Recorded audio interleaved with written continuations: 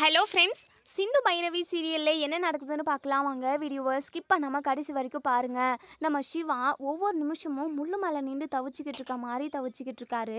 ஏன்னா மனசு நிறைய நம்ம சிந்துவை தான் சுமந்துக்கிட்டு இருக்காரு. மனசுக்குள்ளே அந்த அளவுக்கு சிந்து மேலே காதலையும் அன்பையும் வச்சுக்கிட்டு இருக்கார் சிவா. அவங்க பெரியம்மா பேச்சே மீற முடியல. பெரியம்மா எப்படியாவது சிந்துவை மன்னிச்சு ஏற்றுக்கணும் அப்படின்னு சொல்லிட்டு மனசுக்குள்ளே நினச்சிக்கிட்டே இருக்காங்க. அதே சமயம் தண்ணியே மீறி நம்ம சிவா கண்ணில் தண்ணி வந்துக்கிட்டே இருக்குது. இதை நம்ம அன்னபூர்ணி கவனிக்கிறாங்க. என்ன சிவா எதுக்காக கவலைப்படணும், எதுக்காக இப்படி அழுகணும், இவன் இப்படி அழுது நான் பார்த்ததே இல்லையே அப்படின்னு சொல்லிட்டு பார்த்து யோசிச்சுக்கிட்டே இருக்காங்க. இப்போ இங்கே சிவா அழுறதையும் நம்ம அன்னபூர்ணி அதை கவனிக்கிறதையுமே இங்கே மகா பார்த்துக்கிட்டே இருக்காங்க. ஸ்னேகா இருந்துட்டு அங்கே பாருங்க ஆண்டி, இதை சிவா எதுக்காக தான் அழுதுகிட்டு இருப்பான், சிவா அழுதுகிட்டு இருக்கிறத பார்த்துட்டு அன்னபூர்ணியோட மனசு மாறிட போகுது. நீங்கள் போயிட்டு ஏதாவது சொல்லி கொடுத்துக்கிட்டே இருங்க.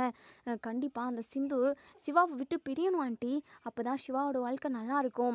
நீங்கள் நினச்ச மாதிரி நான் உங்களுக்கு நிறைய பணமும் கொடுக்குறேன் ஆண்டி அப்படின்னு சொல்லிட்டு சொல்கிறாங்க.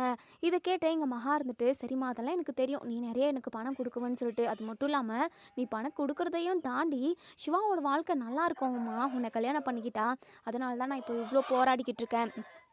கண்டிப்பாக அந்த சிந்துவை சிவா கிட்டேருந்து ஒட்டுமொத்தமாக நான் பிரிச்சுடுவேன், நீ கவலையே படாத அப்படின்னு சொல்லிட்டு எங்கள் மகா வந்து சொல்கிறாங்க. உடனே அன்னபூர்ணி கிட்டே போயிட்டு, என்னக்கா ஏன்க்கா இப்படி யோசிச்சுக்கிட்டு இருக்கீங்க, சிவா முகத்தவே பார்த்துக்கிட்டு இருக்கீங்க அப்படின்னு சொல்லி கேட்கவும், இல்லை மகா, சிவாவோட மனசில் சிந்து தான் இருக்காளோன்னு எனக்கு தோணிக்கிட்டே இருக்குது. ஏன்னா அவன் முகமே ரொம்ப வாடி போயிருக்கு, கண் கலங்கி நிற்கிறான் அப்படின்னு சொல்லிட்டு இங்கே நம்ம அன்னபூர்ணி மகா கிட்ட சொல்லவும், மகா கன்ஃபார்மே பண்ணிடுறாங்க. மனசுக்குள்ளே நினைக்கிறாங்க, எங்கள் அக்காவோட மனசு மாறிடுமோ அப்படின்னு சொல்லிட்டு பதட்டப்படுறாங்க. அக்கா அதெல்லாம் ஒன்றும் இல்லைக்கா, அவன் நல்லா தான் இருக்கான். அந்த சிந்து எப்படியாவது போயிடணும் அப்படின்ற ஒரு பதட்டத்துலேயும் பயத்தில் தான் இருக்கானே தவிர, மற்றபடி அந்த சிந்து கூட ஒன்று சேர்ந்து வாழணுன்ற ஆசையெல்லாம் சிவாக்கு இருக்காதுக்கா அப்படின்னு சொல்லவும், அன்னபூர்ணி சொல்கிறாங்க, மகா அப்படி ஒரு வேளை சிவா மனசுக்குள்ளே சிந்து கூட ஒன்று சேர்ந்து வாழணுன்ற ஆசை இருந்துச்சு அப்படின்னா அதையே நம்ம நிறைவேற்றி வைக்கக்கூடாது. ஏன்னா எல்லாத்தையும் தாண்டி சிந்து தப்பு பண்ணாதான், பொய் சொல்லி கல்யாணம் பண்ணிக்கிட்டாதான் ஊர் முன்னாடி சிவாவும் சரி நம்ம குடும்பமும் சரி அவமானப்பட்டு நின்றுச்சு. ஓகே தான், அதுவும் எனக்கு நல்லாவே புரியுது. ஆனாலுமே இதை எல்லாத்தையும் தாண்டி சிவாவோட சந்தோஷம் தானே நமக்கு முக்கியம், அவன் நல்லா இருக்கிறது தானே நமக்கு முக்கியம் அப்படின்னு சொல்லிட்டு உடனே மகா மனசுக்குள்ளே நினைக்கிறாங்க. ஐயோ என்ன இது, அக்கா கொஞ்ச நேரத்தில் மனசு மாற பார்க்குறாங்க. இல்லை இதை இப்படி விடக்கூடாது. அக்கா அப்படிலாம் இல்லைக்கா, சிந்து பொய் சொல்லி நம்ம குடும்பத்தவே ஏமாத்திருக்கா. நம்ம குடும்பத்தை ஏமாத்தினது மட்டும் இல்லாமல் சிவாவோட வாழ்க்கையவே கெடுத்து வச்சிருக்கா. திரும்பவும் அவளை நம்ம வீட்டுக்கோ இல்லை நம்ம சிவா கூட ஒன்று சேர்த்து வச்சிட்டோம் அப்படின்னா கண்டிப்பாக அவளோட சுயநலத்துக்காக என்ன வேணாலும் பண்ணுவாக்கா. அது மட்டும் இல்லாமல் சிவாவை ஒரு நாளைக்கு பிடிக்காம போயிடுச்சு அப்படின்னா இன்னொருத்தனை கல்யாணம் பண்ணிட்டு ஓடி போகிறதுக்கு கூட அவள் தயங்க மாட்டாக்கா அப்படின்னு சொல்லிட்டு இப்படி ஒரு பிட்டை போட்டதுமே இதை கேட்ட அன்னபூர்ணி பயங்கரமாக அதிர்ச்சி ஆகுறாங்க. என்ன சொல்கிற மகா, இப்படியெல்லாம் சிந்து பண்ணுவாளா? கண்டிப்பாக அப்படி பண்ண மாட்டான்னு தான் எனக்கு தோணுது. ஐயோ அக்கா, நீங்கள் என்னக்கா இப்படி பேசுகிறீங்க? ஏன் சிந்து ரொம்ப ரொம்ப நல்லவ அப்படின்னு சொல்லிட்டு தானே நீங்கள் ஸ்டார்டிங்கில் நான் நினச்சிங்க. அவள் மேலே எவ்வளோ பாசத்தை கொட்டினீங்க, அவள் மேலே எவ்வளோ பெரிய நம்பிக்கை வச்சிங்க. அது எல்லாத்தையுமே அவள் சுக்குநூறாக உடச்சி போடுவ தானே. அக்கா இங்கே பாருங்கக்கா, சிந்து மட்டும் எக்காரணத்து கொண்டும் நம்ம வீட்டுக்கு மருமகளாக திரும்பவும் வந்துடவே கூடாது. அவளை இப்படியே அதாவது வெட்டி விட்டுட்டு போய்கிட்டே இருக்கணும். கண்டிப்பாக சாயந்தரம் 5 மணிக்கு ஜட்ஜ் அம்மா கோர்ட்டில் தீர்ப்பை சொல்லிடுவாங்க. அந்த தீர்ப்பு நமக்கு சாதகமாக தான்க்கா இருக்கணும். மற்றபடி வேறு எதுவுமே அதாவது அந்த சிந்து நம்ம வீட்டுக்கு வர மாதிரி இருந்துடவே கூடாது. அக்கா இதில் நம்ம உறுதியாக இருக்கணும்க்கா. அந்த சிந்து கொலை பண்ணுறதுக்கு கூட தயங்க மாட்டா அப்படி இப்படின்னு சொல்லிட்டு இங்கே அன்னபூரணியோட மனசுக்குள்ளே ஒரு விஷத்தை கக்கி வைக்கிறாங்க இந்த மகா. இப்போது சரி மகா, நீ சொல்கிறதும் கரெக்டு தான். சிவாவோட வாழ்க்கையை நம்ம யோசிச்சு பார்க்கணும். பிற்காலத்துக்கு அவன் ரொம்ப நல்லபடியாக இருக்கணும், அவன் நல்லா வாழணும். அவன் ரொம்ப ரொம்ப நல்லவன் அதாவது சிவா வந்து யாருக்குமே கெடுதல் நினைக்காதவன். அது மட்டும் இல்லாமல் நான் டாக்டர் ஆகணும், அதாவது ஏழை எளிய மக்களுக்கு இலவசமாக ட்ரீட்மெண்ட் பார்க்கணும் அப்படின்னு சொல்லிட்டு நினைக்கிறவன். ஒருத்தவங்க கஷ்டத்தில் இருக்கிறப்போ அவங்களுக்கு போய் உதவி பண்ணணும்னு நினைக்கிறவன் சிவா. அவனோட வாழ்க்கை நல்லா இருக்கணும், அது மட்டும் தான் இப்போ என் மனசுக்குள்ளே ஓடிக்கிட்டு இருக்கு. ஆனால் அவன் மனசில் என்ன தான் யோசிச்சுக்கிட்டு இருக்கான்னு எனக்கு ஒன்றுமே புரியல அப்படின்னு சொல்லிட்டு. அக்கா நீங்கள் அதெல்லாம் நினைக்காதீங்கக்கா, சிவா நல்லா இருக்கணும். அவன் நல்லா இருக்கணும் அப்படின்னா கண்டிப்பாக சிந்து அவன் கூட இருக்கவே கூடாது. அதான்க்கா, அது மட்டும் தான் உங்கள் மனசுக்குள்ளே இருக்கணும், மற்றபடி வேறு எதுவுமே இருக்கக்கூடாதுக்கா அப்படின்னு சொல்லிட்டு இங்கே ஒரு வழியாக அன்னபூர்ணியை அப்படியே ஒரு அந்த போக்குலேயே வச்சுக்கிட்டு இருக்காங்கன்னு கூட சொல்லலாம். இப்போது நம்ம சிவா உள்ளுக்குள்ளேயே அப்படி நொந்து நூடுல்ஸ் ஆகியிருக்காங்கன்னு தான் சொல்லணும். அந்த அளவுக்கு அப்படியே கூனி குறுக்கி போய் நிற்கிறாங்க. பெரியம்மா பேச்சே மீறக்கூடாதுன்றதுக்காக நம்ம சிந்துவோட மனசை சுக்குநூறாக உடைச்சிட்டோமே, பாவம் அவ என்ன பண்ணுவா, பெரியம்மா மட்டும் ஒரு விபரீதமான முடிவு எடுத்துட்டாங்க அப்படின்னா என்ன பண்ண முடியும், அது மட்டும் இல்லாமல் சிந்து கூட ஒன்று சேர்ந்து வாழக்கூடாது அப்படின்னு சொல்லிட்டு கடைசியாக சொல்லி சிந்துவையும் என்னையும் பிரிச்சுட்டாங்க அப்படின்னா என்ன பண்ணுறது. கண்டிப்பாக அப்படி ஒரு வாழ்க்கை நமக்கு இருக்கவே கூடாது. அப்படி ஒன்று நடந்துருச்சு அப்படின்னா அந்த வாழ்க்கை ஃபுல்லாகவே நமக்கு நரகமாக தான் இருக்கும். கண்டிப்பாக அப்படி நடக்காதுன்னு சொல்லிட்டு நம்ம நம்புவோம். நம்ம எத்தனையோ பேருக்கு நல்லது மட்டும்தான் செஞ்சுருக்கோம். அந்த புண்ணியம் கண்டிப்பாக நமக்கு நல்லதுவே நடத்தி வைக்கும் அப்படிங்கிற ஒரு நம்பிக்கையில் தான் இங்கே நம்ம சிவா வந்து இருக்காங்க. அதே சமயம் ஒவ்வொரு நிமிஷமும் சாமிக்கிட்ட வேண்டிக்கிட்டே இருக்காங்க, சிந்துவை பெரியம்மா மன்னிச்சு ஏற்றுக்கணும் அப்படின்னு சொல்லிட்டு. அதே சமயம் அப்படி ஏற்றுக்கிட்டாங்க அப்படின்னா நான் இருக்கிற எல்லா ஏழை எளிய மக்களுக்கு இலவசமாக ட்ரீட்மெண்ட் பார்த்து என்னால் பல பேர் பயனடைய மட்டும்தான் நான் வைப்பேன். யாருக்கும் எந்த துரோகமும் பண்ண மாட்டேன். ஒருத்தருக்கு சின்னதாக துன்பம் கொடுக்கணும் கூட நான் நினைக்க மாட்டேன். கடவுளே, தயவு செஞ்சு என்னுடைய வாழ்க்கையை நீ காப்பாற்றி வை. யாருக்குமே கெடுதல் நினைக்காத. எனக்கு ஏன் இப்படி ஒரு சோதனை கொடுத்துருக்க? பாவம் சிந்துவோட பக்கத்துணையாக நீ தான் இருக்கணும். சிந்துக்கு இப்போ ஆறுதலாக யாருமே இல்லை. நீ தான் கடவுளே அவள் பக்கம் இருக்கணும், அவளுக்கு தைரியத்தையுமே கொடுக்கணும் அப்படின்னு சொல்லிட்டு மனசுக்குள்ளேயே அவ்வளோ ஒரு வேண்டுதல் நம்ம சிவாவுக்கு. கண்டிப்பாக அந்த சாமி தான் நம்ம சிந்துவையும் சிவாவையும் ஒன்று சேர்த்து வைக்கணும்னு கூட சொல்லலாம். இப்படி ஒவ்வொரு நிமிஷமும் அந்த சாமிக்கிட்ட தன்னோட கஷ்டத்தை சொல்லி சொல்லி நம்ம சிவா வந்து மனசுக்குள்ளேயே அப்படியே அழுதுகிட்டு இருக்கவும் அந்த அதாவது அந்த வேண்டுதல் போய் சாமி காதில் விழுந்துருச்சுன்னு கூட சொல்லலாம். இப்போது இங்கே நம்ம அன்னபூர்ணி கொஞ்ச நேரம் கழித்து சிவா பக்கத்தில் வராங்க. சிவா, என்னையா உன் முகமே சரியில்லை, ஒரு மாதிரி டல்லாகவே இருக்க. இப்படிப்பட்ட ஒரு கேடு கெட்டவ உன் வாழ்க்கை விட்டு போக போகிறான்னு நினச்சி நீ சந்தோஷப்படணும்யா. தப்பு பண்ணதுக்கு அவதான்யா கூணு குறுக்கி நிற்கணும். நீ ஏன் இப்படி அழுதுகிட்டு நின்றுக்கிட்டு இருக்க அப்படின்னு சொல்லிட்டு. பெரியம்மா, அது ஒன்றும் இல்லை பெரியம்மா, அது என்னவோ தெரியல, எனக்கு ஒரு மாதிரி பதட்டமாகவும் பயமாகவும் இருக்குது. என்னையா சொல்கிற? எதுக்காக நீ பயப்படுற? இங்கே பாரியா, நீ யாரை நினச்சும் பயப்படாத. இந்த பெரியம்மா எப்போவுமே உன் கூடவே இருப்பேன்யா அப்படின்னு சொல்லிட்டு. சரிங்க பெரியம்மா அப்படின்னு சொல்லிட்டு. இங்கே பாரியா சிவா, உன் மனசில் என்ன இருக்குன்னு சொல்லிட்டு வெளிப்படையாக என்கிட்ட சொல்லியா அப்படின்னு சொல்லிட்டு. இல்லை பெரியம்மா, நீங்கள் என்ன நினைக்கிறீங்களோ அதை மட்டும் தான் நான் நடத்தி காட்டுவேனே தவிர உங்களுக்கு எதிராக நான் எதுவுமே பண்ண மாட்டேன் பெரியம்மா அப்படின்னு சொல்லவும். இங்கே பாரியா சிவா, அதெல்லாம் எனக்கு நல்லாவே தெரியும். நீ ஏதோ ஒன்றுத்த மனசில் போட்டுக்கிட்டு அப்படியே பயங்கரமாக வருத்தப்படுறேன்னு எனக்கு நல்லாவே புரியுதுயா. இங்கே பாரியா, உன் மனசுக்குள்ளே என்ன இருக்குன்னு சொல்லி இந்த பெரியம்மா கிட்ட அப்படின்னு சொல்லிட்டு. இங்கே ஸ்னேகா, மகா, அவங்க அப்பா எல்லாருமே அதாவது எங்கேயோ போயிருக்காங்க போல். யாரும் இல்லாத டைமில் இங்கே சிவா கிட்ட பேசுகிறாங்க. சிவா கிட்ட இப்படி பேசுகிறதெல்லாம் இந்த மகாவுக்கு தெரிஞ்சிருந்தது அப்படின்னா கண்டிப்பாக ஏதாவது கொட்டியை குழப்பி விட்டுருப்பாங்க. இப்போது இங்கே நம்ம சிவா நினைக்கிறாங்க, பெரியம்மாவே மனசு விட்டு அதாவது வாய் விட்டு கேட்குறப்போ நம்ம மனசில் உள்ளது எல்லாத்தையுமே பெரியம்மா கிட்ட சொல்லணும் அப்படின்னு சொல்லிட்டு மனசுக்குள்ளே நினைக்கிறாங்க. அது வந்து பெரியம்மா எப்படி சொல்கிறதுன்னு எனக்கு புரியல. இப்படி அந்த நான் அதை வந்து சொல்ல போய் உங்களோட மனசு கஷ்டப்படுத்துச்சு அப்படின்னா கண்டிப்பாக அதெல்லாம் என்ன தாங்கிக்கவே முடியாது பெரியம்மா அப்படின்னு சொல்கிறாங்க. இப்போது இங்கே அன்னபூர்ணி இருந்துட்டு, இங்கே பாரியா சிவா, நீ என்ன வேணாலும் சொல்லியா, உன் மனசில் என்ன ஓடிக்கிட்டு இருக்கு அதை மட்டும் என்கிட்ட தெளிவாக சொல்லியா, அதை வச்சு தான் நான் ஒரு தீர்க்கமான ஒரு முடிவு எடுக்க போகிறேன் அப்படின்னு சொல்லிட்டு. உடனே இங்கே நம்ம சிவாவுமே இதான் சான்ஸ் அப்படின்னு சொல்லிட்டு இப்போது அன்னபூர்ணி கிட்ட அப்படியே சொல்ல வராங்க. சடான அப்படியே அன்னபூர்ணி காலில் விழுந்துடுறாங்க. சிவா, எந்திரியா, ஏயா காலெல்லாம் விழுகிற, எந்திரியா சிவா அப்படின்னு சொல்லிட்டு. பெரியம்மா அப்படின்னு சொல்லிட்டு பயங்கரமாக அழுக ஆரம்பிச்சிடுறாங்க. இப்போ அன்னபூர்ணிக்கு ஒரு மாதிரி பதட்டமாக இருக்குது. ஏயா சிவா, எதுக்கே இப்படி அழுதுகிட்டு இருக்க, அழுகாதியா சிவா அப்படின்னு சொல்லிட்டு இங்கே அன்னபூர்ணியுமே கண் கலங்கிடுறாங்க. பெரியம்மா, எனக்கு சிந்து கூட ஒன்று சேர்ந்து வாழணும்னு ஆசையாக இருக்குது பெரியம்மா. அவன் மேலே நான் இப்போது பாசத்தையும் அன்பையும் நிறைய கொட்டிட்டேன் பெரியம்மா. அவள் கூட ஒன்று சேர்ந்து வாழணும்னு நினைக்கிறப்போ தான் இப்படியெல்லாம் பிரச்சனை வந்துருச்சு.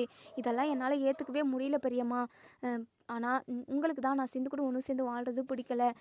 நீங்கள் சொன்ன ஒரே வார்த்தைக்காக தான் இப்போ வரைக்குமே நான் சிந்து கூட ஒன்று சேர்ந்து வாழ்கிறேன் அப்படிங்கிற ஒரு விஷயத்த, அந்த ஒரு வார்த்தையை நான் யார்கிட்டையுமே சொல்லாமல் இருக்கேன். உங்களோட முடிவு தான் பெரியம்மா என்னுடைய முடிவும். என் மனசில் 1000 ஆசை இருந்தாலுமே அது வேண்டவே வேண்டான்னு நீங்கள் சொல்லிட்டீங்க அப்படின்னா அதை அடியோடு நான் அழிச்சிடுவேன் அப்படின்னு சொல்லிட்டு இங்கே சிவா சொல்லவும், இங்கே நம்ம அன்னபூர்ணி நினைக்கிறாங்க சிவா எந்த அளவுக்கு நம்ம மேலே பாசம் வச்சுக்கிட்டு இருக்காங்க அப்படின்றதையுமே புரிஞ்சுக்கிறாங்க. இப்போது இங்கே சிவா கிட்ட, இங்கே பாரு சிவா, நீ கவலையே படாத சிவா, நீ எதுக்காகயா இப்படி கூனி குறுகி நிற்கிற, உன் ஆசை இதான்னு சொல்லிட்டு என்கிட்ட நீ சொல்லியிருக்கலாம் இல்லையா, உன்னுடைய சந்தோஷம் தான் என்னுடைய சந்தோஷம். என்ன ஒன்று, அந்த சிந்து பொய் சொல்லி உன்னை கல்யாணம் பண்ணியிருக்கா, அதை இப்போ வரைக்குமே என்னால் ஏற்றுக்கவும் முடியல, மன்னிக்கவும் முடியல. ஆனால் உன் மனசில் இப்படி ஒரு ஆசை இருக்குன்னு தெரிஞ்சிருந்தா கண்டிப்பாக நான் உன்னையும் சிந்தையும் ஒன்று சேர்த்து வைக்க தான் நினச்சிருப்பேன். ஏன்னா உன்னுடைய சந்தோஷம் தான் என்னுடைய சந்தோஷமும். நீ கவலைப்படாத. கண்டிப்பாக சிந்துவை நான் உன் கூட ஒன்று சேர்த்து வச்சுடுறேன். ஆனால் அவளை என்னால் மன்னிக்கவே முடியாதுயா அப்படின்னு சொல்லிட்டு, ஏன் பெரியம்மா, ஏதோ தப்பு நடந்துருச்சு. ஆனால் சிந்து எனக்காகவும் நம்ம குடும்பத்துக்காகவும் எவ்வளோ நல்லது செஞ்சுருக்கா. அதெல்லாம் உங்களுக்கு தெரியும்ல பெரியம்மா. அவளையும் மன்னிச்சு ஏற்றுக்கோங்க பெரியம்மா. இப்படி ஒரு தப்பு இனிமேல் நடக்காமல் நான் பார்த்துக்கிறேன் பெரியம்மா, ப்ளீஸ் பெரியம்மா அப்படின்னு சொல்லிட்டு கெஞ்சுறாங்க. இப்போது நம்ம அன்னபூர்ணியுமே, இங்கே பாரியா சிவா, அதெல்லாம் பார்த்துக்கலாம். இப்போதைக்கு நான் உன்னையும் சிந்தையும் பிரிக்க மாட்டேன். ஈவினிங் ஜட்ஜம்மா வந்தாங்க அப்படின்னா அவங்கக்கிட்ட நான் விஷயத்த சொல்லிடுறேன். சரியா? இந்த பிரச்சனையை இப்படியே முடிச்சிடலாம். இதுக்கப்புறம் இப்படி ஒரு பிரச்சனையை கொண்டு வராமல் இருந்தால் போதும் அந்த சிந்து அப்படின்னு சொல்கிறாங்க. கண்டிப்பாக இப்படி ஒரு பிரச்சனை வரவே வராது பெரியம்மா அப்படின்னு சொல்லிட்டு பயங்கர சந்தோஷப்படுறாங்க. ரொம்ப நன்றி பெரியம்மா அப்படின்னு சொல்லிட்டு கையெடுத்து கும்பிடுவோம். ஏ சிவா, கையை இறக்கியா? எதுக்காக இப்படியெல்லாம் கையெடுத்து கும்பிடுற? நான் என்ன 3வது மனுஷியா எனக்கு நீ நன்றி சொல்கிறதுக்கு? நான் உன் அம்மாயா? உன்னுடைய சந்தோஷம் எதுன்னு சொல்லிட்டு நான் பார்த்து பார்த்து ஒவ்வொன்றத்தையும் செஞ்சுக்கிட்டு இருக்கேன். உனக்கு தெரியும்ல. எல்லாம் தெரியும் பெரியம்மா. ஆனால் சிந்து எவ்வளோ பெரிய பொய் சொல்லி எல்லாரையுமே அவமானப்படுத்தியிருக்கா. இதை எல்லாத்தையுமே நீங்கள் மன்னிச்சு ஏற்றுக்கணும். அது மட்டும் இல்லாமல் என்னுடைய ஆசை என்னன்னு தெரிஞ்சுக்கிட்டு அதை நிறைவேற்றி வைக்கணும்னு நினைக்கிறீங்க. இது எவ்வளோ பெரிய விஷயம். அதுக்காக நான் நன்றி சொல்லி தானே ஆகணும் அப்படின்னு சொல்லிட்டு, அதெல்லாம் ஒன்றும் வேணாயா அப்படின்னு சொல்லிட்டு, இப்போது மகா, ஸ்னேகா, இங்கே இசைக்கு, ஸ்னேகாவோட அப்பான்னு இவங்க எல்லாருமே அப்போ தான் வராங்க. இவங்க 2 பேரும் பேசிக்கிட்டு இருக்கிறத பார்க்கவும் ஸ்னேகா இருந்துட்டு, ஆண்டி ஏதோ பேசிக்கிட்டு இருக்காங்க போல். இங்கே பாரு ஸ்னேகா, நீ கவலையப்படாத. இது அன்னபூர்ணி அக்கா கண்டிப்பாக அந்த சிந்துவை சிவாக்கிட்டேருந்தும் சரி, நம்ம வீட்டை விட்டுருந்தும் சரி, எல்லாத்தையும் விட்டுமே ரொம்ப தூரம் அவளை ஓட்ட போகிறாங்க. பேய் ஓட்டுற மாதிரி அவளை ஓட்டி அடிக்க போகிறாங்க. அவள் திரும்பி கூட பார்க்கவே முடியாது. எக்கார்ந்து கொண்டும் நம்ம வீட்டுக்குள்ளே, அதாவது எங்கள் வீட்டுக்குள்ளே அவள் நுழையவே முடியாது. கண்டிப்பாக உனக்கும் சிவாவுக்கும் கல்யாணம் நடக்கும். அதுக்கான வாக்குறுதியை நான் உனக்கு கொடுக்குறேன் அப்படின்னு சொல்லிட்டு மகா இங்கே ஸ்னேகா கிட்டே சொல்லவும், இங்கே ஸ்னேகாவுமே ரொம்ப சந்தோஷப்படுறாங்க. என்ன நடந்துச்சுன்னு சொல்லிட்டு தெரிஞ்சுக்காம இங்கே மகா வந்து வாக்கு கொடுக்குறதும் இங்கே ஸ்னேகா பயங்கரமாக சந்தோஷப்படுறதுமா இருந்துக்கிட்டு இருக்கு. இப்போது இப்படியே பேசிக்கிட்டு இருக்காங்க. அதுக்கப்புறம் இங்கே வந்து ஜட்ஜம்மா வந்து கூப்பிடுறாங்க. எல்லாருமே கோர்ட்டுக்குள்ளே வந்துடுறாங்க. இப்போது இங்கே ஜட்ஜம்மா, இங்கே பாருங்கள் சிவா, நீங்கள் உங்கள் பெரியம்மா சொன்னாதான் நான் அந்த சிந்து கூட ஒன்று சேர்ந்து வாழ்வேன் அப்படின்னு சொல்கிறீங்க. இது எந்த விதத்துலேயும் கரெக்ட் இல்லை. இருந்தாலும் நீங்கள் பிடிவாதமாக இருக்கிறதுனால நாங்கள் உங்கள் பெரியம்மா முடிவு என்னவோ அதுவே நான் ஏற்றுக்கிறேன் அப்படின்ற மாதிரி சொல்கிறாங்க. உங்கள் பெரியம்மாவை கூப்பிடுங்க, அன்னபூர்ணி கூப்பிடுங்க அப்படின்னு சொல்லிட்டு அன்னபூர்ணியுமே வந்து நிற்கிறாங்க. சிந்துக்கு ஒவ்வொரு நிமிஷமும் அவ்வளோ ஒரு பதட்டம். எங்கள் சிவா டாக்டர்கிட்டேருந்து நம்மளை பிரிச்சிருவாங்களோ, கடைசி வரைக்கும் அவங்க கூட ஒன்று சேர்ந்து வாழாமே போயிடுமோ அப்படின்ற ஒரு பயம். அவ்வளோ ஒரு பதட்டமாக இருக்காங்க. கடவுளே, சிவா டாக்டரையும் என்னையும் எக்காரணத்து கொண்டு பிரிச்சுடாத. எனக்கு நீ எவ்வளோ பெரிய கஷ்டத்தை கொடுத்தாலும் நான் தாங்கிப்பேன். ஆனால் சிவா டாக்டர்கிட்டேருந்து பிரிச்ச அப்படின்னா கண்டிப்பாக அதை என்னால் ஏற்றுக்கவே முடியாது. சிவா டாக்டர்கிட்டேருந்து என்னை பிரிக்கிறதும் என் உயிரை எடுக்கிறதும் ஒன்று தான் அப்படின்னு சொல்லிட்டு மனசுக்குள்ளேயே நினைக்கிறாங்க. இப்போது இங்கே ஜட்ஜம்மா இருந்துட்டு அன்னபூர்ணிக்கிட்ட, இங்கே பாருங்கள் அன்னபூரணி, சொல்லுங்கள், சிவா வாழ்க்கை விஷயத்தில் நீங்கள் என்ன முடிவு எடுத்திருக்கீங்க? சிந்து கூட சிவாவை ஒன்று சேர்த்து வாழ வைக்கிறீங்களா, இல்லை சிந்துவையும் சிவாவையும் பிரிக்க சொல்கிறீங்களா? என்ன சொல்கிறீங்க சொல்லுங்கள் அப்படின்னு சொல்லிட்டு உடனே இங்கே நம்ம சிந்துவோட லாயர் இருந்துட்டு, யுவர் ஆனர், நான் அவங்கக்கிட்ட ஒரு குறுக்கு விசாரணை பண்ணணும் அப்படின்னு சொல்லிட்டு, தாராளமாக ப்ரிசியூட் பண்ணுங்க அப்படின்னு சொல்கிறாங்க. இப்போது இங்கே நம்ம சிந்துவோட லாயர் வந்து, இங்கே பாருங்கள் அன்னபூரணி, எந்த முடிவு எடுத்தாலும் கொஞ்சம் மனசாட்சியோடு எடுங்க. சிந்து பொய்யே சொல்லி கல்யாணம் பண்ணியிருந்தாலுமே அவள் உண்மையாகவே இது சிவாவை நேசிச்சிருக்காங்க. அங்கே காதல் மட்டும்தான் இருக்குது, அன்பு மட்டும்தான் இருக்குது. மற்றபடி பழிவாங்கிற எண்ணமோ, ஒரு திருட்டு எண்ணமோ, இல்லை ஒட்டுமொத்த பேரையுமே க்ளோஸ் பண்ணிடணும் அப்படின்ற ஒரு எண்ணமோ சிந்துக்கிட்ட இல்லவே இல்லை. அவங்க 2 பேரோட வாழ்க்கையுமே உங்கள் கையில் தான் இருக்குது. இதில் சிவாவோட எதிர்காலமும் சிந்துவோட எதிர்காலமும் அடங்கியிருக்கு. இதை எல்லாத்தையுமே யோசித்து ஒரு நல்ல முடிவை எடுங்க. அது மட்டும் இல்லாமல் நீங்கள் ஒரு விஷயத்தை கவனிச்சிருப்பீங்க. சிவா வந்து சிந்து கூட நான் ஒன்று சேர்ந்து வாழவே முடியாது அப்படின்னலாம் சொல்லவே கிடையாது. என் பெரியம்மா என்ன சொன்னாலும் ஏற்றுக்கிறேன், என் பெரியம்மா சிந்து கூட ஒன்று சேர்த்து வாழ வச்சாலுமே நான் வாழ்கிறேன் அப்படின்ற மாதிரி தான் சொல்கிறாரு. அது மட்டும் இல்லாமல் அவர் மனசுக்குள்ளே சிந்து இருக்காங்க அப்படின்னு தான் எனக்கு தோணுது. கண்டிப்பாக அவங்க 2 பேரையும் ஒன்று சேர்த்து வச்சிங்க அப்படின்னா நல்லா இருக்கும்னு எனக்கு தோணுது. கொஞ்சம் யோசித்து ஒரு நல்ல முடிவாக சொல்லுங்கள். இது 2 பேரோட வாழ்க்கை அடங்கியிருக்கு, ப்ளீஸுங்க அப்படின்னு சொல்லிட்டு கையெடுத்து கும்பிடுறாங்க நம்ம சிந்துவோட லாயர் சிந்துக்காக. இப்போது இங்கே அன்னபூர்ணியுமே, யுவர் ஆனர், நான் ஒரு தீர்க்கமான தெளிவான ஒரு முடிவை எடுத்திருக்கேன். இதனால் யாருக்குமே பாதிப்பு வரவே வராது அப்படின்னு சொல்கிறாங்க. இப்போது எங்கள் கோர்ட்டுமே, அதாவது ஜட்ஜு அம்மாவுமே கேட்குறாங்க. ஸோ இப்போ அன்னபூர்ணிக்கு சொல்கிறாங்க, சிந்துவையும் சிவாவையும் நான் பிரிக்கிறதா நினைக்கல, அவங்க 2 பேரும் ஒன்று சேர்ந்து வாழட்டும் அப்படின்னு சொல்கிறாங்க. இதை கேட்ட இங்கே நம்ம சிந்துக்கு அப்படியே அளவு கடந்த சந்தோஷம். அவங்களோட சந்தோஷத்துக்கு அளவே இல்லைன்னு தான் சொல்லணும். அந்த அளவுக்கு பயங்கரமாக சந்தோஷப்படுறாங்க. அப்படியே கையெடுத்து கும்பிடுறாங்க. ரொம்ப நன்றி அத்தை, நீங்கள் எப்படி சொல்லுவீங்கன்னு சொல்லிட்டு கொஞ்சம் கூட எதிர்பார்க்கல நான். எப்படியோ என்னையோ டாக்டரையும் பிரிக்கலை நீங்கள். என்னை கண்டிப்பாக என் மேலே உங்களுக்கு நிறையவே கோவம் இருக்கும், எனக்கு நல்லாவே தெரியும். ஆனால் அதையும் தாண்டி நாங்கள் 2 பேரும் ஒன்று சேர்ந்து வாழணும்னு சொல்லிட்டு நீங்கள் முடிவு எடுத்திருக்கீங்க. நினைக்கிறதுக்கு அம்புட்டு சந்தோஷமாக இருக்குது. இதை விட எனக்கு வேறு எதுவுமே வேண்டாம் அத்தை அப்படின்னு சொல்லிட்டு அவ்வளோ ஒரு அதாவது உணர்வுபூர்வமாக பேசுகிறாங்கன்னு கூட சொல்லலாம். இப்போது இதை கேட்ட ஸ்னேகாக்கும் மகாக்கும் அப்படி கதி கலங்கி போயிடுது. அப்படியே அதாவது அவங்க முகத்தில் கரிய பூசுகிற மாதிரி இருக்குது. ஸ்னேகா ஒரு பக்கம், சிவா கூட ஒன்று சேர்ந்துடலாம், நம்ம ஜாலியாக இருக்கலாம், அவனை கல்யாணம் பண்ணிக்கலாம் எப்படியாவது சிந்து அத்து விட்டுட்டு அப்படின்ற மாதிரியெல்லாம் ஒரு பிளான் போட்டு வச்சுருந்தாங்க. ஆனால் அது எதுவுமே இப்போது நடக்கலை. மகா கூட அவ்வளோ ஒரு திட்டம் போட்டு வச்சுருந்தாங்க. தன்னோட பிள்ளையோட வாழ்க்கை நல்லா இருக்கணும் அப்படின்னலாம் நினைக்க கிடையாது. அதாவது தன்னோட பிள்ளைக்கு ஒரு கல்யாணம் பண்ணுறோம், அது மூலமாக நம்ம செட்டில் ஆகிடலாம், நிறைய பணத்தை பார்க்கலாம் அப்படின்னு சொல்லிட்டு தான் இங்கே மகா வந்து பிளான் பண்ணியிருப்பாங்க. ஸோ அதுவுமே ஃப்ளாப் ஆகிடுச்சு. இப்போது மகா அப்படியே முழிக்கிறாங்க. இசைக்கு இருந்துட்டு, அக்கா என்னக்கா இது, கோடிக்கணக்கில் நீ வருமானம் பார்க்கலான்னு நினச்சிட்டு இருந்த, ஆனால் அது இப்போ முடியாமல் போயிடுச்சு. அது மட்டும் இல்லாமல் சிந்துவை ஊரை விட்டே துரத்தணும்னு நினச்சோம், இப்போது நம்ம வீட்டை விட்டு கூட துரத்த முடியாது. அன்னபூரணி இப்போது திடீர்னு இப்படி தோசையை திருப்பி போடுற மாதிரி பிளேட்டவே திருப்பி போட்டுட்டாங்களே, என்ன அக்கா இதெல்லாம் என்ன நடக்குதுன்னே ஒன்றுமே புரியலையே. ஒரு நிமிஷத்துக்கு முன்னாடி வரைக்குமே அன்னபூர்ணியுமே சிந்துவையும் சிவாவையும் பிரிச்சிடணும், சிந்து மோசக்காரி பொய்க்காரி அப்படி இப்படின்னு பட்டத்தை கொடுத்தாங்க. இப்போ என்னன்னா இப்படி ஒரு முடிவு எடுத்திருக்காங்க அப்படின்னு சொல்லிட்டு மகா இருந்துட்டு, இசைக்கு நம்ம எல்லாருமே கடைக்கு போயிருந்தோம்ல, அந்த கேப்பில் தான் சிவாவும் அன்னபூர்ணியும் பேசியிருக்காங்க. இவங்க 2 பேரும் பேசி ஏதோ ஒரு முடிவுக்கு வந்திருக்காங்க போல். அன்னபூர்ணியோட மனசை கொஞ்ச நேரத்தில் இந்த சிவா மாற்றிட்டான் போல் அப்படின்னலாம் யோசிச்சுக்கிட்டு இருக்காங்க. இன்னொரு சைடு எங்கள் ஜட்ஜாமா இருந்துட்டு அது எல்லாத்தையுமே நோட் பண்ணிக்கிட்டு, சிந்துவையும் சிவாவையும் யாராலும் இனிமேல் பிரிக்க முடியாது, அவங்க 2 பேரும் ஒன்று சேர்ந்து சந்தோஷமாக 100 வருஷம் வரைக்கும் வாழணும் அப்படின்னு சொல்லிட்டு கோர்ட்டே தீர்ப்பு சொல்லிடுது. அப்படியே நம்ம சிந்துக்கு அவ்வளோ ஒரு சந்தோஷம். ஏன்னா நிறைய போராட்டங்களை தாண்டி இப்போது நம்ம சிவா கூட ஒன்று சேர போகிறாங்க. ஏன்னா இதுக்கு முன்னாடி அதாவது ஸ்னேகாவும் நம்ம சிவாவும் லவ் பண்ணிக்கிட்டு இருந்தாங்க. அந்த டைமில் நம்ம சிந்துக்கு கல்யாணம் ஏற்பாடு பண்ணிட்டாங்க.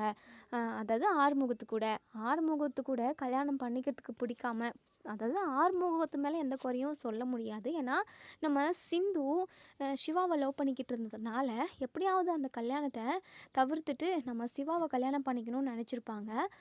அதனால் பொய்யை சொல்லிவிட்டு அப்படி இப்படின்னு சிவா கூடயும் கல்யாணம் நடந்துருச்சு. இதன் மூலமாக ஸ்னேகாவோட ஆசையும் போயிடுச்சு. இப்போது இங்கே சிந்து அதுக்கப்புறமும் ஒரு வருஷம் பொய்யாவது எதோ சொல்லி ஒரு வருஷம் நம்ம அன்னபூர்ணி வீட்டில் சிவா கூட ஒன்று சேர்ந்து வாழ்ந்தாங்க. அதுக்கப்புறம் சிவாவுக்குமே நம்ம சிந்துவை பிடிக்க ஆரம்பிச்சிருச்சு. சிவாவுமே சிந்து மேலே லவ்வை போட ஆரம்பித்தாங்க. அதே மாதிரி சிந்துக்கிட்டையுமே தன்னோட மனைவியாக உன்னை ஏற்றுக்கிறேன் அப்படின்னு சொல்லியாச்சு. இன்றைக்கி மறுநாளே பிரச்சனை ஸ்டார்ட் ஆகி அங்கே இங்கேன்னு அவ்வளோ பிரச்சனை வந்து வீட்டில் எல்லார்கிட்டேயும் அடி வாங்கி, அதுக்கப்புறம் ஊரில் உள்ள ஒட்டுமொத்த பேருமே எட்டூர் பஞ்சாயத்துமே பேசி அந்த இடத்துலையுமே நான் சிவாவை விட்டு நான் பிரியவே மாட்டேன், சிவா டாக்டர் கூட தான் வாழ்வேன் அப்படின்னு சொல்லிட்டு உறுதியாக நின்றாங்க நம்ம சிந்து. அது மட்டும் இல்லாமல் எனக்கு எவ்வளோ பெரிய தண்டனை வேணாலும் கொடுங்க, ஆனால் டாக்டரை விட்டு என்னால் பிரிஞ்சு இருக்கவே முடியாது அப்படின்னு சொல்லிட்டு உறுதியாக நின்னாங்க. அதனால் நம்ம அதாவது சிந்து வந்து பஞ்சாயத்தை மதிக்கலை அப்படின்றதுக்காக ஊரை விட்டே விலக்கி வச்சாங்க. கோவிலில் இருக்க விடலை. கடைக்கு போய்ட்டு ஒரு வாட்டர் பாட்டில் கேட்டால் அதுக்கும் வாட்டர் பாட்டிலும் கொடுக்கல, ஊரை விட்டு ஒதுக்கி வச்சுருக்காங்க அப்படின்னு சொல்லிட்டு இப்படி 2 நாளாக இருக்கிறதுக்கு இடம் இல்லாமல், சாப்பிட்றதுக்கு சாப்பாடு இல்லாமல், தண்ணி இல்லாமல் இப்படி ரொம்ப கஷ்டப்பட்டாங்க. அது மட்டுமா கோர்ட்டுக்கு வந்தாங்க. கோர்ட்டில் வாதாடுறதுக்கு வக்கீல் கிடைக்கல. அந்த அளவுக்கு இந்த ஸ்னேகாவோட அப்பாவுமே பண்ணி வச்சுருந்தாரு. கடைசியில் கடவுள் மூலமாக இங்கே நம்ம சிந்துக்கு ஒரு பொருள் 1000மே கிடைச்சாங்க. இப்போது அப்படி இப்படின்னு என்னென்னவோ நடந்து இப்போது ஒரு வழியாக நம்ம அன்னபூர்ணியோட மனசும் மாறி இப்போது அன்னபூர்ணி தலைமையிலேயே சிந்துவும் சிவாவும் ஒன்று சேர்ற ஒரு சுச்சுவேஷன் வந்துருச்சு. சிவாவுக்குமே அவ்வளோ ஒரு சந்தோஷம். மனசு ஃபுல்லாக நம்ம சிந்துவை தான் நினச்சிக்கிட்டு இருந்தார் சிவா. ஆனால் மனசை விட நம்ம ஆசையை விட அன்னபூரணி பேச்சை மீறக்கூடாது அப்படின்றதுல உறுதியாக இருந்துட்டார். எப்படியோ அந்த கடவுள் மூலமாகவோ இல்லை கடவுள் வந்து நம்ம அன்னபூர்ணியோட மனசை மாற்றிச்சோ என்னவோ ஒரு வழியாக கடைசி நேரத்தில் அன்னபூர்ணியோட மனசும் மாறி நம்ம சிந்துவையும் சிவாவையும் ஒன்று சேர்த்து வச்சுட்டாங்க. இப்போ எல்லாருமே கோர்ட்டுக்கு வெளியே வந்து நின்றுக்கிட்டு இருக்காங்க. ஸோ மகா பயங்கர கோவமாக இருக்காங்க. அக்கா என்ன காரியங்க்கா பண்ணீங்க? நான் உங்களுக்கு எத்தனை டைம் எடுத்து எடுத்து சொல்லிக்கிட்டே இருந்தேன், உங்களுக்கு புரியவே இல்லையாக்கா? இவ இவ மோசமானவக்கா. போயும் போயும் இவளை நம்ம சிவா கூட ஒன்று சேர்த்து வச்சிட்டிங்களே, இது உங்களுக்கே நியாயமாக இருக்கா? அதே உங்களுக்கு பிறந்த பிள்ளையா இருந்திருந்தா இப்படி ஒரு துரோகத்தை பண்ணியிருப்பீங்களா நீங்கள் அப்படின்னு சொல்லிட்டு பயங்கர கோவமாக கேட்குறாங்க. இதை கேட்ட அன்னபூர்ணி அப்படியே உடஞ்சி நொறுங்கி போயிடுறாங்க. மகா, என்ன பேச்சு பேசிக்கிட்டு இருக்க நீ? யாரை பார்த்து என்ன கேள்வி கேட்குற? நான் எப்போவுமே சிவாவை எனக்கு பிறந்த பிள்ளையாக தான் பார்க்குறேன். அப்படி பார்த்துருந்தா இப்படி ஒரு விஷயத்த நீங்கள் பண்ணியிருப்பீங்களா? இவ்வளோ இவ்வளோ ஆனதுக்கு அப்புறமும் இந்த சிந்துவை ஏற்றுக்கிட்டு இருந்திருப்பீங்களா? எதுக்காக அக்கா? ஏன்க்கா இப்படி ஒரு மோசத்தை பண்ணீங்க? சிவாவோட வாழ்க்கை எப்படியெல்லாம் இருக்குன்னு சொல்லிட்டு நான் ஆசைப்பட்டிருக்கேன் தெரியுமா? கடைசியில் இவனோட வாழ்க்கை இப்படி குப்பையில் போய் விழுந்த மாதிரி ஆயிப்போச்சேக்கா, எதுக்குமே யூஸ் இல்லாமல். ஏன்க்கா இப்படி பண்ணீங்க? இதுதான் சான்ஸ்ன்னு சொல்லிட்டு இவளை அத்து விடாமல் இவளை இப்போ திரும்பவும் நம்ம வீட்டுக்கே கூட்டிகிட்டு வரணுமா? அக்கா, இதுக்கெல்லாம் என்னால் ஒத்துக்க முடியாதுக்கா. கண்டிப்பாக இந்த சிந்து சிவா கூட ஒன்று சேர்ந்து வாழவே கூடாது. கோர்ட்டு சொன்னால் என்னக்கா? அதெல்லாம் ஒரு பிரச்சனையும் இல்லை. இவ இங்கே தான் இருக்கணும். கண்டிப்பாக நான் இவளை ஏற்றுக்கவே மாட்டேன்க்கா அப்படின்னு சொல்லிட்டு பிடிவாதம் பிடிக்கிறாங்க. உடனே இங்கே நம்ம அன்னபூர்ணி இருந்துட்டு, இங்கே பாரு மகா, தயவு செஞ்சு புரிஞ்சுக்கோ. என்னென்னமோ நடந்துருச்சு தான், நான் இல்லைன்னு சொல்ல கிடையாது. ஆனால் இப்போ இருக்கிற சூழ்நிலை என்ன அப்படின்னா, சிவா மனசில் சிந்து தான் இருக்கா. சிந்து கூட ஒன்று சேர்ந்து வாழணும்னு சொல்லிட்டு அவனோட மனசு தவிக்குது. அதை நான் நல்லா புரிஞ்சுக்கிட்டேன். ஒரு அம்மாவா எனக்கு அவனோட ஆசையை நிறைவேற்றி வைக்கணும்னு சொல்லிட்டு தோணுச்சு, அவ்வளவுதான். மற்றபடி சிந்துவை அவன் கூட ஒன்று சேர்த்து வச்சு சிவாவோட வாழ்க்கையை கெடுக்கணும் அப்படின்னலாம் நான் நினைக்கல மகா. தயவு செஞ்சு கொஞ்சம் புரிஞ்சுக்கோ அப்படின்னு சொல்லிட்டு. அப்போது அந்த சிந்துவை மன்னிச்சு ஏற்றுக்கிட்டீங்களாக்கா நீங்கள்? இங்கே பாரு, அதை என்றைக்குமே என்னால் மன்னிக்கவே முடியாது. சிவாவோட சந்தோஷத்துக்காக மட்டும்தான், அவனோட விருப்பத்துக்காக மட்டும்தான் நான் சிந்துவை சிவா கூட ஒன்று சேர்ந்து வாழ்கிறதுக்கு ஓகே சொன்னேனே தவிர மற்றபடி அவளை மன்னிச்செல்லாம் நான் ஏற்றுக்க கிடையாது அப்படின்னு சொல்கிறாங்க. இப்போது இங்கே நம்ம மகா இருந்துட்டு, நீங்கள் என்ன தான் காரணம் சொன்னாலும் கண்டிப்பாக இதை என்னால் ஏற்றுக்கவே முடியாதுக்கா. இந்த சிந்துவை பார்த்தாவே எனக்கு அப்படியே அவளை கொன்று போட்டுடணும் போல இருக்குது. அவளை முகத்தை பாருங்க. அவளை சி இவ்வளோ மாதிரி ஒரு பொய்க்காரி கேடு கட்டுவே எங்கேயாச்சும் இருப்பாளா? இப்படி தான் பொய் சொல்லி ஒரு வாழ்க்கை அமைச்சுக்கணுமா? ஒருத்தவங்களுக்கு பிடிக்காம அவங்க கூட எப்படி நம்ம ஒன்று சேர்ந்து வாழ முடியும்னு சொல்லிட்டு அவளாம் யோசிக்கவே மாட்டாளா? கொஞ்சம் கூட மனசாட்சி இல்லாதவ. அது மட்டும் இல்லாமல் சுயநலவாதிக்கா இவ. அவளோட சுயநலத்துக்காக யார் வாழ்க்கை எப்படி போனாலும் பரவாயில்லன்னு நினைக்கிறவ அவ. அவள் நல்லா இருந்தால் மட்டும் போதுமாக்கா? அப்போ என் பையன் வாழ்க்கை என்னத்துக்கு ஆகிறது அப்படின்னு சொல்லிட்டு சிவா இருந்துட்டு, போதும் நிறுத்துங்க, நடந்த பிரச்சனையை இப்படி இத்தோடு விட்டுருங்க. இதுக்கப்புறம் நான் சிந்து கூட ஒன்று சேர்ந்து சந்தோஷமாக வாழணும். தயவு செஞ்சு நடந்ததவே எல்லாருமே பேசிக்கிட்டு இருக்காதீங்க, நடக்க போகிறத பேசுங்க அப்படின்னு சொல்லிட்டு. சிவா, என்ன சிவா, உன்னை தான் அந்த சிந்து அழுதே மாற்றிட்டா உன் மனசை. இப்போ அக்காவோட மனசும் எப்படி மாறிச்சுன்னே தெரியல. அப்போது எல்லாருமே சிந்து வீசின வலையில் நல்லாவே விழுந்துட்டீங்க அப்படி தானே அப்படின்னு சொல்லிட்டு எங்கள் மகா அப்படியே பெரிய ஆர்ப்பாட்டமே பண்ணிக்கிச்சுக்காங்க. இப்போது சிந்து வந்து, அத்தை என்னை தயவு செஞ்சு மன்னிச்சிடுங்க அத்தை. நீங்கள் சொல்கிறதெல்லாம் கரெக்டு தான் அத்தை. நான் மன்னிக்க முடியாத தப்பு தான் செஞ்சுருக்கேன். உங்கள் யாரோட விருப்பமும் இல்லாமல், சிவா டாக்டரோட விருப்பமும் இல்லாமல் நான் போய் சொல்லி கல்யாணம் பண்ணிக்கிட்டது மிகப்பெரிய தப்பு தான். அதான் நான் உங்ககிட்ட ஏற்கனவே சொல்லிட்டேனே.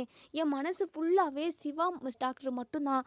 அவங்க கூட ஒன்று சேர்ந்து வாழணுன்ற ஆசையை நான் சின்ன வயசுலேயே என் மனசில் விதையாக விதைச்சிக்கிட்டேன். அதை என்னால் வேரோட பிடுங்கவும் முடியல, அழிக்கவும் முடியல, என்னால் எதுவும் பண்ண முடியல. அப்படிங்கிற ஒரு கட்டாய சுச்சுவேஷனில் தான் நான் இப்படி ஒரு முடிவு எடுத்தேன். என்னால் இத்தனை பேர் பாதிக்கப்படுவாங்கன்னு சொல்லிட்டு நான் கொஞ்சம் கூட எதிர்பார்க்கவே இல்லை அப்படின்னு சொல்லிட்டு இங்கே நம்ம சிந்து வந்து கொஞ்சம் எடுத்து சொல்லி புரிய வைக்கணும்னு நினைக்கிறாங்க. ஆனால் மகாவா புரிஞ்சுக்க போகிறாங்க? சிந்துனாவே அவங்களுக்கு சுத்தமாக ஆகவே ஆகாது. சிந்து பேசினாவே அது அப்படியே அருவருப்பாக தான் நினைக்கிறாங்க. ஸோ அப்படி இருக்கிற டைமில் இப்போ நம்ம சிந்து எவ்வளோ தான் சொன்னாலுமே அதை புரிஞ்சிக்கவே மாட்டாங்க. ஸோ என்ன சொல்லியுமே மகாவோட சத்தத்தை நிப்பாட்டவே இல்லை. அன்னபூர்ணி இருந்துட்டு, இங்கே பாரு மகா, போது நிறுத்து. நீ பேசுனது எல்லாமே போதும். எதுவா இருந்தாலும் நம்ம வீட்ல போய் பேசிப்போம் அப்படின்னு சொல்லிட்டு இங்க நம்ம மகா வந்து சொல்றாங்க. சாரி, நம்ம அன்னபூர்ணி வந்து மகா கிட்ட சொல்றாங்க. மகா இருந்துட்டு, "என்னக்கா, இங்க பாரு மகா, நான் சொன்னது சொன்னது தான். தேவையில்லாம பேசிக்கிட்டு இருக்காத. வா வீட்டுக்கு போலாம்." "அக்கா, நம்ம வீட்டுக்கு போறது கரெக்ட்டு தான்க்கா. ஆனா இந்த சிந்து வரக்கூடாதுக்கா." அப்படின்னு சொல்லிட்டு உடனே இங்க நம்ம அன்னபூர்ணி இருந்துட்டு, "மகா வீட்டுக்கு வா பேசிக்கலாம்." அப்படின்னு சொல்லிட்டு வீட்டுக்கு கூட்டிகிட்டு போயிடுறாங்க. சிந்துவுமே வராங்க. சிந்துவை பார்க்க பார்க்க அப்படியே கொதிக்குது இங்க மகாக்கு. இன்னொரு சைடு ஸ்னேகா நல்லா ஏமாந்து போயிட்டாங்கன்னு கூட சொல்லலாம். ஏன்னா எப்படியாவது சிந்து வந்து சிவா வாழ்க்கையை விட்டு போயிடுவா, அதுக்கப்புறம் நம்ம வாழ்க்கையை நல்லா பிடிச்ச மாதிரி லவ் பண்ணவங்க கூடயே கல்யாணம் பண்ணிக்கிட்டு சந்தோஷமாக வாழலாம் அப்படின்னு சொல்லிட்டு முடிவு எடுத்திருப்பாங்க.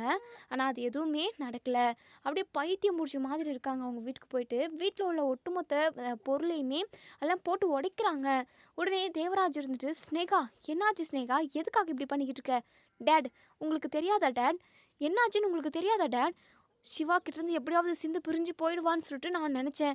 ஆனால் அந்த சிந்து சிவாவை பிரிகிற மாதிரியே தெரியல. கடைசியில் அவளுக்கு சாதகமாக தானே கோர்ட்டே தீர்ப்பு சொல்லிச்சு. இப்படியெல்லாம் நடக்கும்னு நான் கொஞ்சம் கூட எதிர்பார்க்கல டேட். இதுக்கப்புறம் நான் யாருக்காக இருக்கணும் டேட்? கண்டிப்பாக என்னால் இருக்க முடியாது டேட். நான் என்னை அழிச்சிக்கிறேன் டேட். நான் செத்து போகிறேன் டேட். நான் உயிரோடவே இருக்கிறதில்ல." அப்படின்னு சொல்லிட்டு கத்தியை தேடுறாங்க. அதாவது கையை அறுத்துக்கிட்டு இறந்து போகிறதுக்கு. "ஐயோ ஸ்னேகா, என்ன பண்ணிக்கிட்டு இருக்க? எனக்குன்னு இருக்கிறது நீ மட்டும்தான். இங்கே பாரு, இப்படியெல்லாம் முடிவு எடுக்காத. தயவு செஞ்சு நான் சொல்கிறத பொறுமையாக கேளு. நான் ஒரு பிளான் வச்சுருக்கேன்." அப்படின்னு சொல்லிட்டு இங்கே தேவராஜ் சொல்கிறாங்க. இதோட இந்த ரிவ்யூ முடியுது. அதுக்கப்புறம் என்ன நடக்கும் சொல்லி வெயிட் பண்ணி பார்ப்போம் ஃப்ரெண்ட்ஸ். வீடியோ பிடிச்சிருந்தா லைக் பண்ணி கமெண்ட்